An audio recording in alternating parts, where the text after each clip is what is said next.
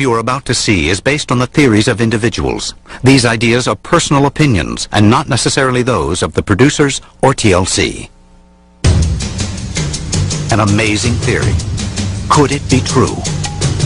Did extraterrestrials come down to Earth thousands of years ago, imparting wisdom and technology to our ancestors? One man says yes. We have been visited by beings from another world. More than 30 years ago, Erich von Däniken challenged science with his controversial book and radical ideas. Now he's back with new clues that he contends are evidence of close encounters long ago.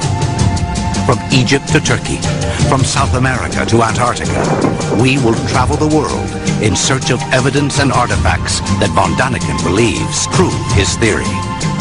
We are not alone. Life may have been found on Mars. Is it possible that new planets deep in space could support life? Today, we explore our own planet. Are there signs that someone found us before we could find them? Chariots of the Gods. The mysteries continue. With Erich von Däniken.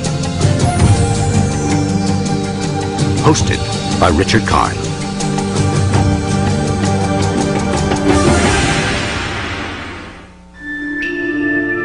The universe. An infinite mystery. For thousands of years, human beings have looked to the night sky with awe and wondered, is anybody out there? At the end of the 20th century, we have finally discovered clues that there may be life on another planet, Mars. If this is in fact true, life started there. The first evidence ever that life started anywhere else besides the Earth. We're now on the doorstep to the heavens. What a time to be alive. Its implications are as far-reaching and awe-inspiring as can be imagined. This stunning discovery marks a turning point in human history. But there's more. The razor-sharp eyes of the Hubble telescope pierce the darkness of deep space, looking for more clues that we are not alone. New planets have been found that could support some kind of life. I personally believe there are other civilizations. There are other living creatures in other solar systems. Is it possible that these living creatures found us before we could find them? Challenging long-held scholarly opinion, Erich von Däniken believes there's controversial new evidence that could prove extraterrestrials may have come down to Earth long ago. Welcome to Chariots of the Gods. The mysteries continue. I'm Richard Karn. And for the next hour, we're going to explore two profoundly important questions. Are we alone in the universe? And if not, have we ever been visited by beings from another planet? Don't answer yet. We're just beginning our journey of discovery. Teotihuacan, Mexico. Almost 8 square miles of pyramids and platforms. Experts believe construction started around 100 BC. When the Aztecs arrived 1,000 years later, they were awed by the massive ruins and dubbed Teotihuacan the City of the Gods. This is where Eric and I begin our journey. Well, Richard, we just climbed halfway to the Pyramid of the Moon. The people that built this, did they call it the Pyramid of the Moon? We are not certain about this, but in the 16th century, there was a monk with the name of Bernardino de Sahagún, and he asked the locals about this place, Teotihuacan. They told him that this was the Pyramid of the Moon, and over there we have the Pyramid of the Sun. The people who constructed this vast city possessed a sophisticated knowledge of mathematics, astronomy, and engineering. Erich von Däniken believes the builders of Teotihuacan might have been taught the secrets of our solar system by teachers from above. This here is called La Avenida de los Muertos, the Avenue of the Dead. This represents a model of our solar system. For every planet, there is a construction, a building. There are 9 planets in our solar system, all orbiting around the sun. Mercury is nearest to the sun. Pluto is the furthest. At Teotihuacan, each one of the planets is represented by a building, ruin, or marker. Erich von Däniken believes it is a remarkably accurate scale model of our solar system. On the hill behind the Pyramid of the Moon are the ruins of temples which could represent the last planets discovered in our solar system, Neptune and Pluto. Now wait a minute, you're telling me that the planets are moving this way, and then on the other side of this pyramid there is some representation of Pluto. Absolutely correct. Now Pluto was discovered in this century. So here we have the mystery. How could they know about Pluto? I would suggest they must have had teachers from heaven, teachers from the sky. Does that mean a priest that is interpreting his gods, or? I really mean from heaven. That means being from outer space. Let's call them extraterrestrials. And I would not suggest this if we would have only this example or this indications, but we have them all over the world, as I will show you. By the way, the Pyramid of the Sun once was covered with mica, at least the top of it, that's for sure. Well, now how did they know that? In the beginning of this century, when the first excavations were made, they found the mica still on the top. Now, because mica is quite expensive here, they don't have natural mica, they sold it. Is mica mined here? I mean, are there mica? No, not in this region, no. Now, the next mica mine would be in North America. But, you know, it must have been a shining pyramid, shining up to the sky. Now, come on, Richard. I want to show you a real secret of Teotihuacan. Something which has never been shown on TV. It's not open to the public because archaeology wants to keep it as a secret. Now look in here. This is the mica. Oh, wow. You said this was recently discovered? Well, about 15 years ago. And they lock it up. They don't allow the public to see this. Because they have no answer. They don't know what to explain to it. It's a mystery. But mica has different properties. For example, mica is heat resistant up to 800 degrees Celsius. Well, the Apollo spacecrafts used mica. That's correct. And also the lunar module, the landing thing on the moon, used mica for against heat.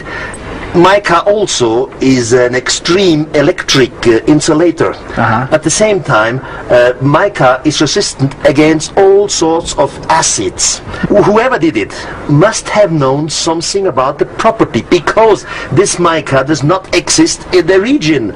They had to take it from somewhere far, far away. You mean they didn't mine this here? No, absolutely. Well, you told us earlier that the whole top of the Sun Pyramid was covered in mica and was sold off over the years. That's correct. It was glittering and shining throughout space.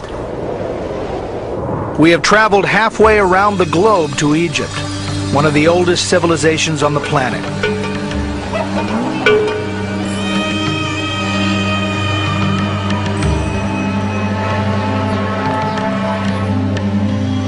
Rising from the mist of ancient history are the most famous monuments on Earth, and among the least understood. Dominating the Giza Plateau is the Great Pyramid. Who built this incredible edifice?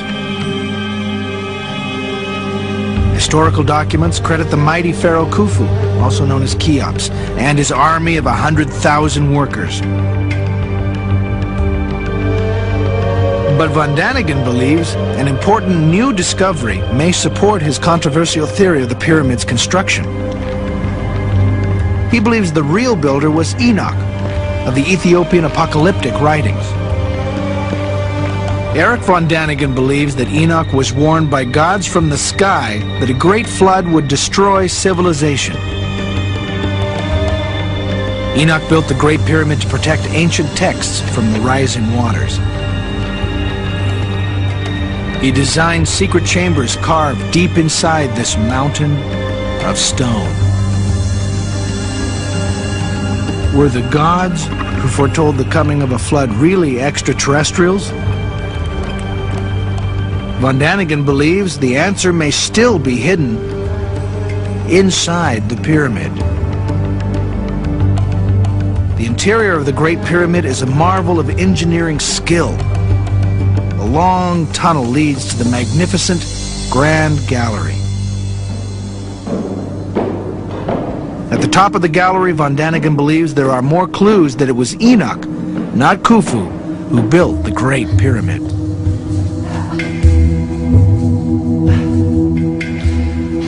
This is the so-called King's Chamber. Simply gigantic. As you can see, there are absolutely no hieroglyphs. Empty. If Khufu was a tyrant, then the wall should be full of inscription praising himself or his gods. Von Däniken believes the blank walls of this chamber indicate the pyramid was not created to serve as Khufu's tomb. But there's more. Many wonder how the pyramid was built. Could an ancient culture assemble 2.5 million giant stone blocks with such perfection, less than 1/10 of a degree off true north?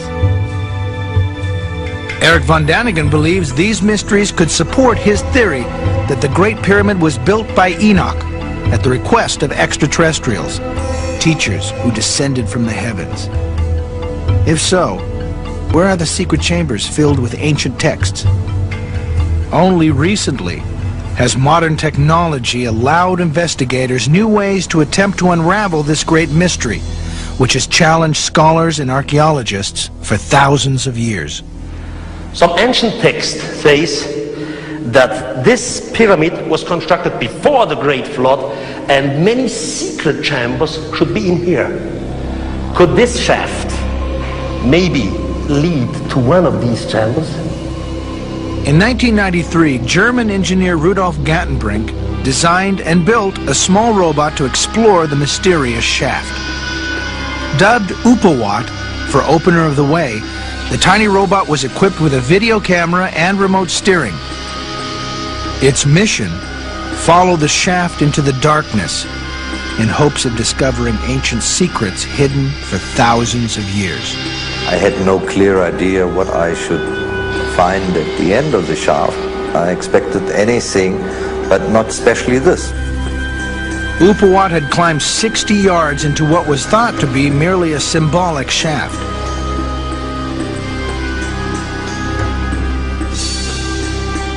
But when the little robot's journey ended at a stone door with 2 corroding copper fittings, Erich von Däniken believes the legend of Enoch may be one step closer to becoming fact. What we see in the camera from the robot is just the backside of the stone. Gantenbrink believes the stone might have been lowered into place by means of a rope. The copper fittings would have prevented its removal.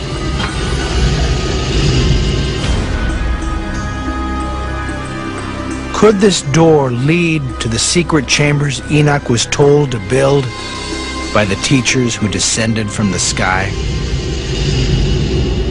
There are hundreds of references contained in the oldest Egyptian texts which tell us that the gods concealed a great secret at Giza.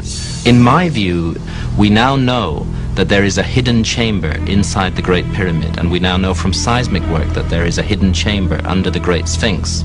We need to know what lies in those chambers, because the ancient Egyptian texts tell us that it will be a matter of enormous importance that could contain a startling revelation about the origins of human civilization. Erich von Däniken suggests that, as at Teotihuacan, this could be another tantalizing clue that extraterrestrials may have visited Earth in ancient times. A scientific mission to look behind the small stone door with a tiny camera awaits approval from Egyptian authorities. Only then will we come closer to solving the mystery of who built the Great Pyramid. Still ahead on Chariots of the Gods, the mysteries continue. The mysteries continue. At the end of the 20th century, we take the idea of human flight as a given. Our space shuttles head towards space so often few people even notice when they leave or when they return. And it all started with the Wright brothers 100 years ago. Or did it? The The dream of flying has fueled our imagination for thousands of years. At the end of the 20th century, we're not only able to fly around the Earth, we're able to explore other planets and other solar systems. Is it possible that other intelligent beings shared our dream of exploration and visited the Earth in their own space vehicles? These illustrations were drawn from descriptions in the Hindu text of ancient India, dated to the 4th century BC. They describe what some scholars believe are giant vimanas, or flying machines. In Yugoslavia, images like these were found on a medieval fresco dated to around the 15th century. Are these the products of an artist's imagination, or are these the recordings of actual beings in flight? The oldest scriptures of mankind, the ancient Egyptian pyramid texts, the Vedic texts of India, and many other ancient texts from all around the world make intriguing references to what sounds like flight. Technological flight, not visionary, imaginary journeys in the sky, but journeys in machines. Our search for clues about the flying machines of the ancient world takes us to southern Mexico. The ancient city of Palenque is one of the most magnificent of the Mayan culture, which flourished all across Central America for almost 600 years. This is the burial pyramid of Tikal, ruler of the Mayan world around 600 AD. Here we find what Erich von Däniken believes are signs that the Mayans may have encountered visitors from the sky. Tikal's ornate sarcophagus is rendered in exquisite detail. The lid is a beautifully carved image of the dead king. Erich von Däniken believes this relief might show Tikal in some kind of spaceship. Look closely. Tikal is seated in the reclined position like an astronaut in a space capsule. His hands seem to be gripping the controls, almost like an airplane pilot. His nose appears to be attached to a breathing apparatus. The design behind the seat could be a representation of flames like those from a rocket ship.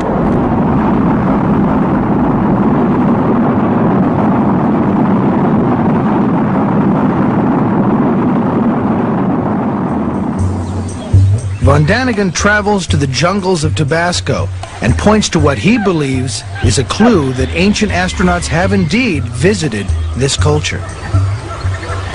During this journey, I showed clues for an extraterrestrial visit in the past. But I have more. 60 years ago, a gigantic engraved stone was found in the jungle of Tabasco in Mexico. Now you see yourself. There is a flying being, to my view, an extraterrestrial, floating down from the sky. His head has a helmet, and with a little imagination, one can even recognize a microphone on his lips. His two arms and hands are looking down, while on the contrary, his legs towards the sky. In this case, I definitely see an astronaut coming down from heaven to teach humanity. If this were the only evidence we have of visits to the ancient world by beings who could fly, it'd be easy to say it's all just fantasy. But sometimes you have to look down to look up. Nazca, Peru, one of the great mysteries of the ancient world. From the ground, Nazca is an empty, endless desert. But from the air, the secret of Nazca is revealed. The desert is in fact a tapestry of elaborately carved lines and figures stretching for more than 100 miles. From the air you can see the famous figures of the spider, the hummingbird, and the monkey. Without the ability to fly, Experts don't know how the Nazcans gained the perspective needed to create such elaborate figures on such a huge scale. There's even disagreement about the purpose of these markings. Originally, they were thought to be calendar-related or astronomical guides. No one really knows. But there's more to Nazca than this ancient menagerie. The real mystery in Nazca are lines, gigantic lines looking like airstrips, and small lines, long, kilometers long. One of these lines extends 15 miles to the horizon. A giant mountaintop has been sheared off, leveled, and scraped clean to create an impressive runway-like avenue. The question is, why? Did the ancient Nazcans need runways for some kind of flying machines? This is an amazing mystery. Orthodox history has it that the ancients could not fly, that they did not have the technology to fly. If the ancients did have the technology to fly, then the whole basis of our history is completely up the creek. So if the Nazcans couldn't fly, what is the purpose of all these runway-like creations? Erich von Däniken thinks he has an answer. His theory? Spaceships landed and left marks on the desert floor. When they returned into the sky, the natives wanted them to come back.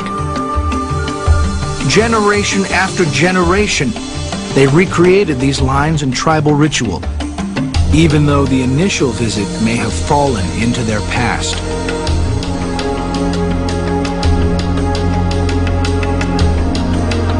There is one more clue that the ancient Nazcans may have had a close encounter with extraterrestrials. The figure of El Astronato has watched the skies over Nazca for as many as 3,400 years.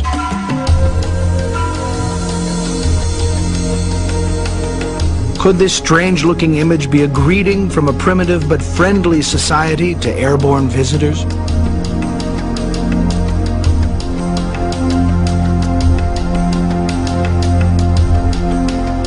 Only if and when extraterrestrials return to Nazca, Peru, will the mystery of these lines and figures finally be solved.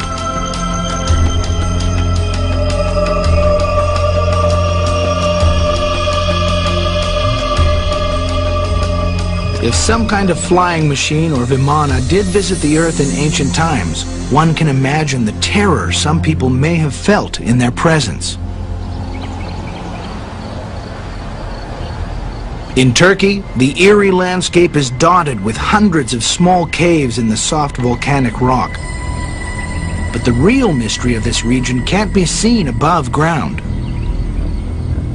Perhaps 2,500 years ago, elaborate cities were carved deep under the earth.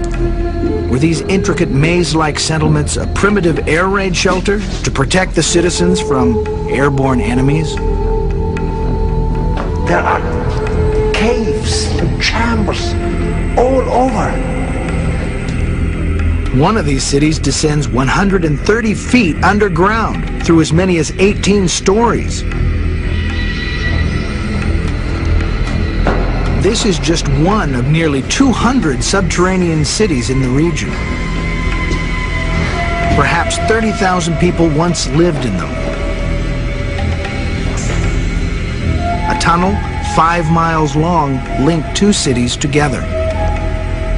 Experts say the underground cities have been used for many different purposes over the last 2,500 years. Erich von Däniken wonders, why did generation after generation seek refuge beneath the earth? If fleeing an invading army or religious persecution, frightened citizens could have hid in the mountains above ground. Why did people burrow a labyrinth of subterranean chambers underground? What was the true purpose of these cities? These people were hiding out, afraid of some enemy. But all this doesn't make sense. Any enemy could simply come in here, or they were sitting in a trap. It must have been an airborne enemy. an enemy from the sky.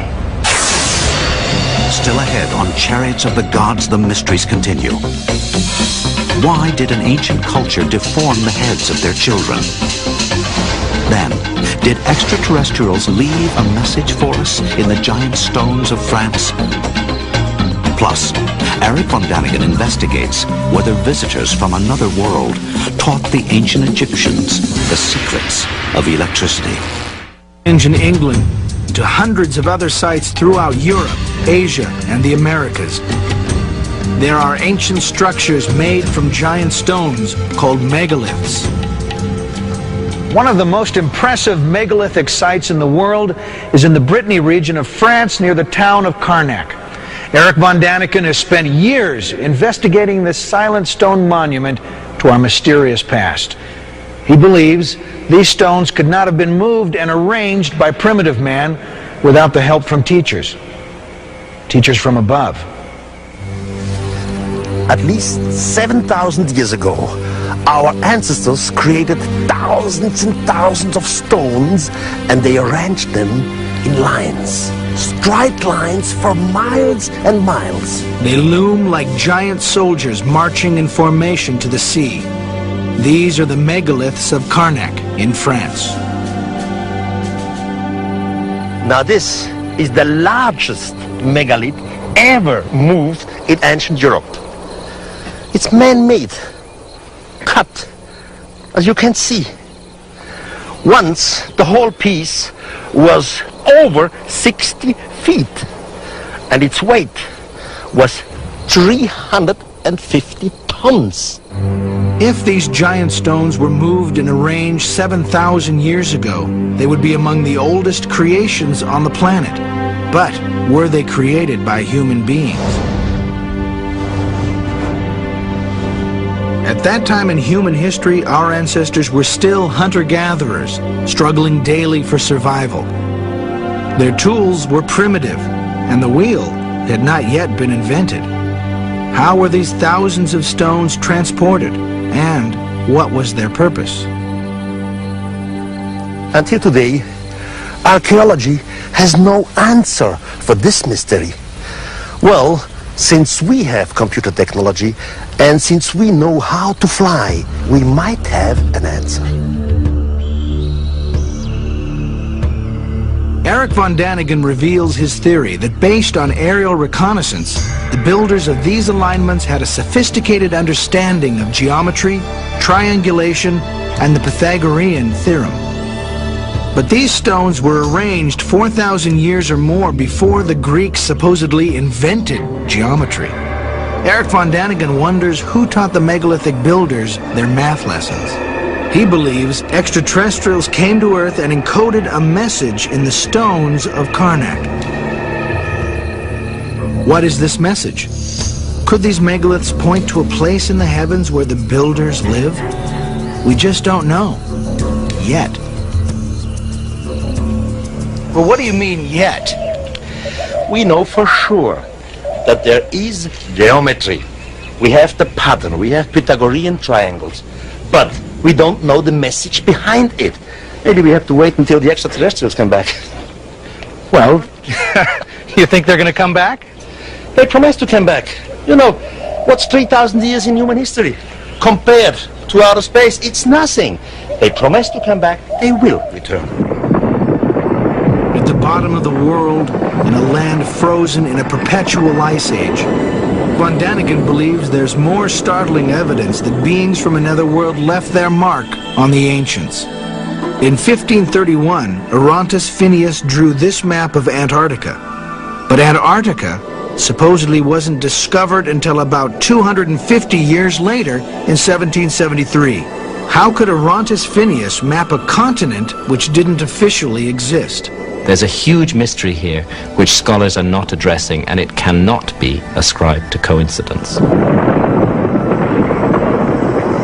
What is even more mysterious than Phineas knowing about a continent that hadn't been discovered is that Phineas appears to know what Antarctica looked like before it was covered with ice. And that was 125,000 years ago. How did he know the continent's shape before it was frozen under miles of ice? We've only known how the subglacial topography of Antarctica looks since the 1950s, when seismic surveys were taken across the ice cap. We are left to consider profound questions.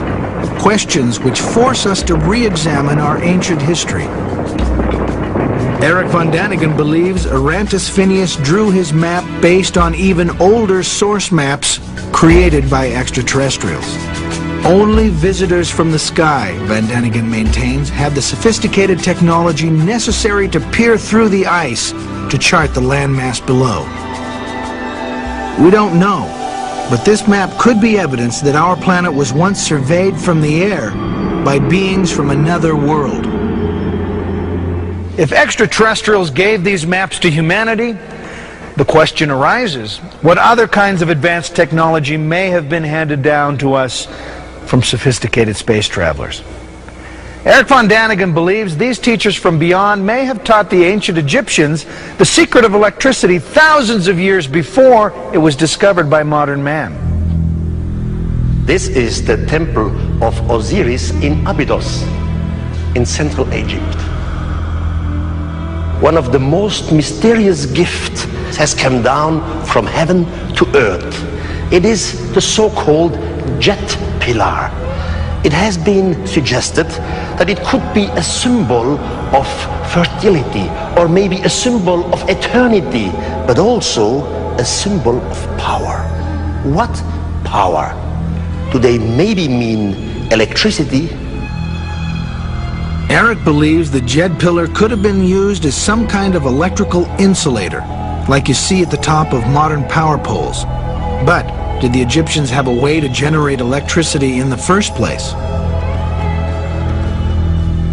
According to von Däniken, a strange metal-lined vessel was found not far from central Egypt. From the outside, this exact replica looks like an ordinary clay jar.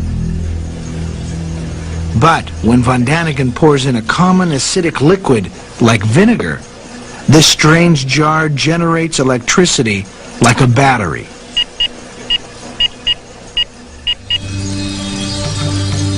Now von Däniken searches for the ways that the ancient Egyptians might have used this electricity.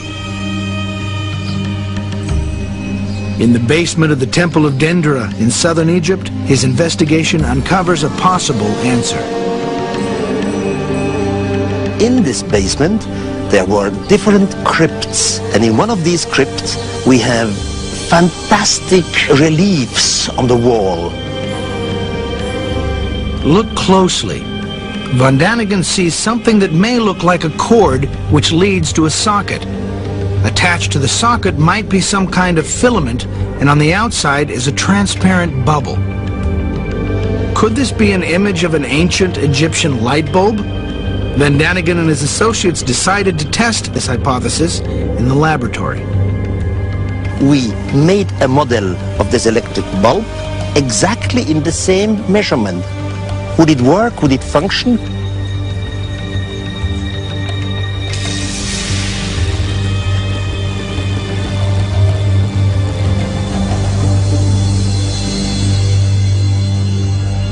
And it functioned. It works. If, as Erich von Däniken believes, extraterrestrials brought light to the temples and crypts of ancient Egypt, did a possible close encounter in South America cause some darker consequences? What you're about to see might disturb you. We are here in the Museum of Ica in Peru. This is one of the deformed skulls found in this area. Inca and pre-Inca tribes used the soft bones of their babies. They pressed it together with wood and leather. I ask myself, why have societies done this torture to their children? I think they adored someone. They copied someone. They wanted to be similar, like some of their teachers from above.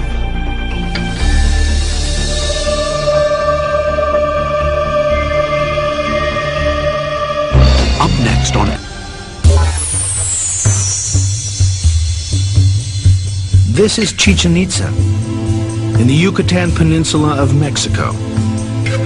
Dating back 1,000 years, Chichén Itzá was an important civic center to the Mayan culture that flourished in the tropical lowlands of Mexico. The Maya were fascinated with astronomy. Their observatory still stands as a testimony to their yearning for knowledge. But did the Maya have help from someone or something who understood astronomy far better than they did? To examine this question, we explore the centerpiece of Chichén Itzá, a one-of-a-kind building that tells the story of its own creation like no other structure in the world. This pyramid is called El Castillo. It's dedicated to the god of Kukulkan, which was the feathered serpent. Kukulkan was one of the teachers to the Maya. He descended from the sky. According to von Däniken, the legend continues that after Kukulkan descended to Earth, he taught the Maya in astronomy and mathematics. There are 4 stairs on each side on the pyramid, and every stair has 91 steps. You take 91 4 times means 364, and the top one is 365, so we have one calendar here. Surprisingly, the Mayan calendar incorporated the movements of the sun and moon and is as accurate as our own calendar today. How is it possible that the ancient Mayans possessed this knowledge at a time when Western man thought the Earth to be flat? Let's get up here. I have to show you something really fantastic up there. Come on. Well, you know, you can read the ancient signs, but these modern ones say it's very dangerous to walk up here. Look, traveling with me is always dangerous. I know, I was just trying to not have to climb up 91 stairs. Here, follow me. Okay.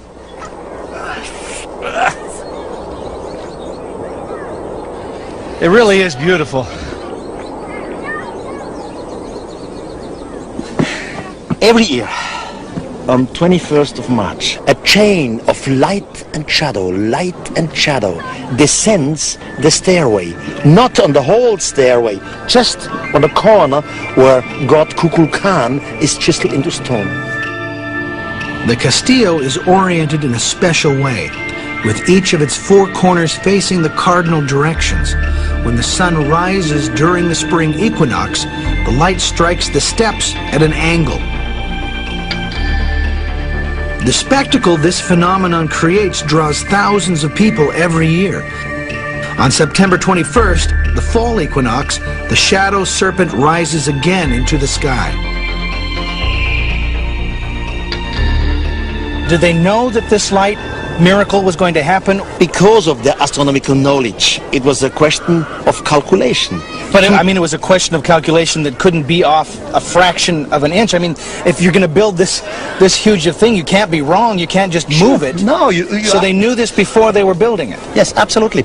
God Kukulkan, he taught them in astronomy, in mathematics. They show how he descended the stairs from heaven to mankind, how he left mankind again with the promise to return. Are you telling us that the god Kukulkan was an extraterrestrial? Yes, Kukulkan was an extraterrestrial.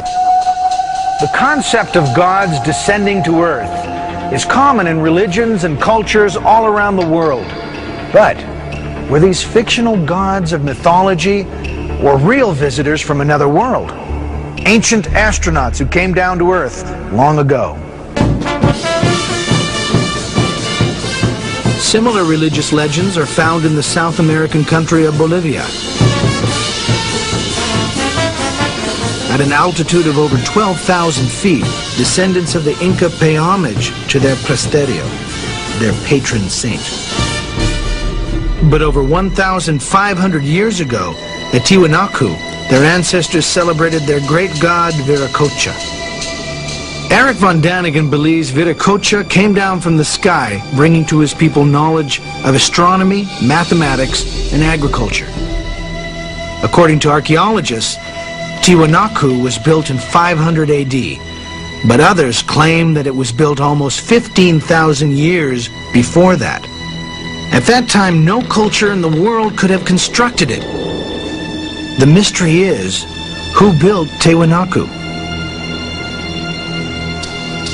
Von Däniken believes the answer may lie a few hundred yards away in the ruins of Pumapunku.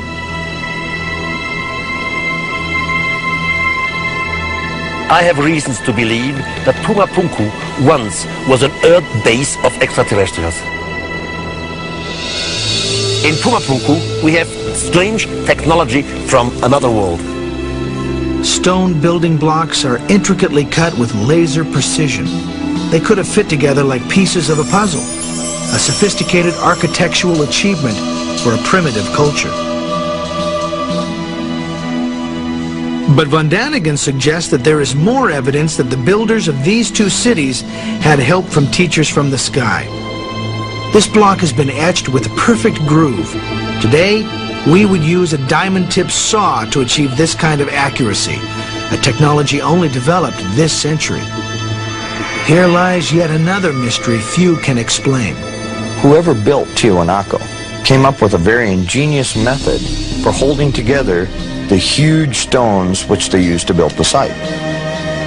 They carved a groove in the edge, and into this groove they would pour a molten alloy, which later hardened into a staple. Erich von Däniken believes that extraterrestrials brought these sophisticated technologies down to the people of the region. The natives were awed by these strange visitors and worshipped them. Experts say Pumapunku was an ancient temple. But was it a place to worship gods of mythology or true living beings? Today we make a construction like a church. We say this is a temple, and in here a spiritual being, the God in spirit, lives in this temple. My idea is that Virakosha, but not only Virakosha, other so-called gods on other places in our world were extraterrestrials, and they were misunderstood as gods by our primitive ancestors.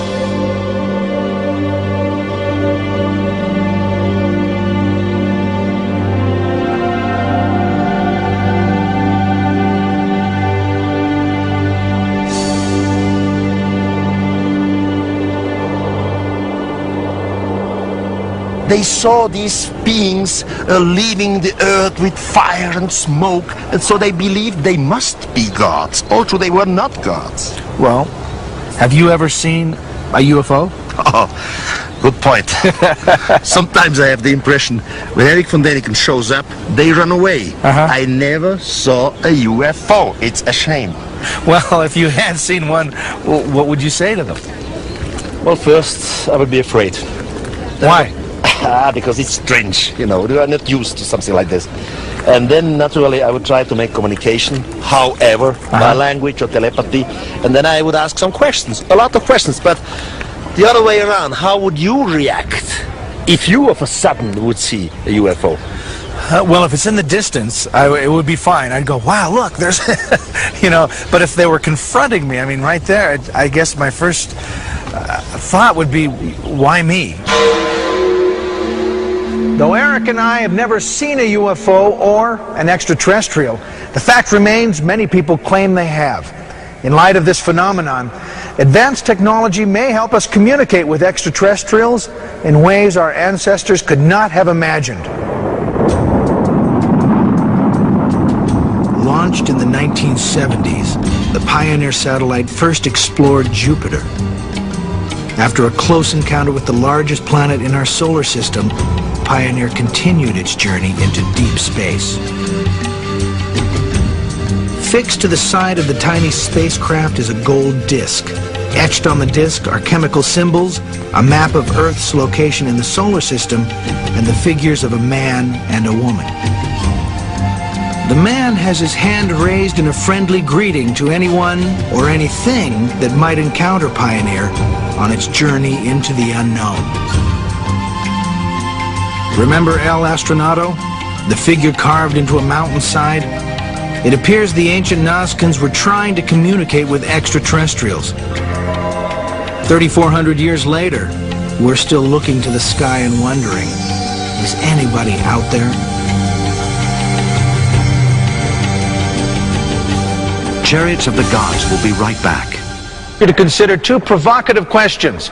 Are we alone in the universe? And if not, have we ever been visited by beings from another planet? For the past hour, we've explored the mysteries of the ancient world through the eyes of Erich von Däniken. Did extraterrestrials visit the Earth, imparting wisdom and technology to our ancestors? You're going to have to decide that for yourself. But at the end of the 20th century, new technology allows us to examine our world and other worlds for signs that we might not be alone. Now, our program ends here, but our search for clues, both on Earth and in the heavens, will continue. For Erich von Däniken and anyone else out there who might be watching, I'm Richard Karn. They promised to return one day to Earth. We have this promise of returning one day. Now you ask, why not within 2 years? Well, every child knows that the distance between the stars are very, very large. So you cannot reach such distances in short time. It always will take a few thousand years before they return. Now the last visit may have took place, let's say, 2,500 years ago or 3,000 years ago. Okay, it's time that they return, and we should be prepared for this possibility.